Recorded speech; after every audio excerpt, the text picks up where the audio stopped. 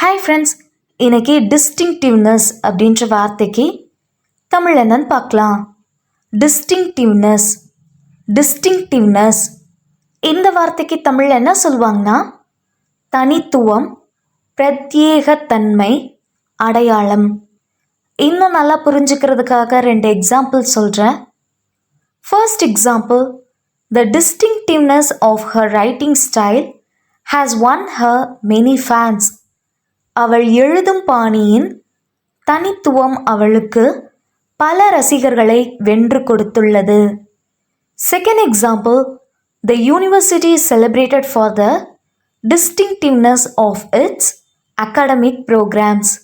அதன் கல்வி திட்டங்களின் தனித்துவமாக பல்கலைக்கழகம் புகழப்படுகிறது. இன்னொரு வீடியோவில் வேறொரு ஆங்கில வார்த்தைக்கு தமிழ் என்னன்னு பார்க்கலாம். அது வரைக்கும் பாய்.